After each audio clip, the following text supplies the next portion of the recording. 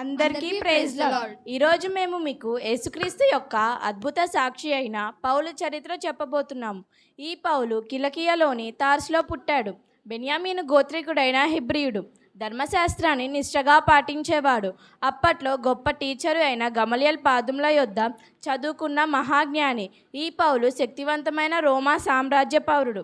యేసుక్రీస్తు ప్రభువును అనుసరించే వారిని బెదిరించి చంపి అయినా సరే ఆ మార్గాన్ని నాశనం చేయాలనుకుని సంఘాన్ని నాశనం చేశాడు. అయితే దేవుడు రాజ్యాన్ని కూల్చివేయాలనుకున్న వ్యక్తిని దేవుడు ప్రధాన ఆయుధంగా మార్చుకున్నాడు. అది ఎలా అంటే తన యొక్క జ్ఞానం, గొప్ప వంశం, రోమా పౌరసత్వం మరియు ధర్మశాస్త్రం పై ఉన్న అతిశయం వల్ల వచ్చిన అంధకారంలో ఉన్నాడు. అయితే ఒక దినాన పౌలు దమస్కు మార్గంలో వెళ్ళుచుండగా ప్రభువు ఆకాశం నుండి గొప్ప వెలుగును పంపి ఆ వెలుగులో నుండి తానే స్వయంగా మాట్లాడి రక్షించుకుంటాడు. ఆకాశం నుండి కలిగిన ఆ దర్శనం ద్వారా వెలిగించబడి సౌలు పౌలుగా మారి నక్షత్రంలా వెలుగుతూ ఆసియా, ఐరోపా ఖండాలలోని అనేకులైన సున్నతి లేని ప్రజలను యేసు వైపు నడిపించాడు.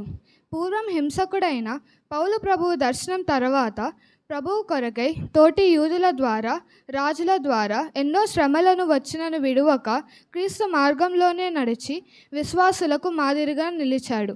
పూర్వం స్టెఫెను చావు సమ్మతించిన పౌలు ప్రభువు దర్శనం తర్వాత ప్రసవ వేదనతో అనేక సంఘాలను కట్టాడు మరియు చనిపోయిన ఐతుకును కూడా లేపాడు.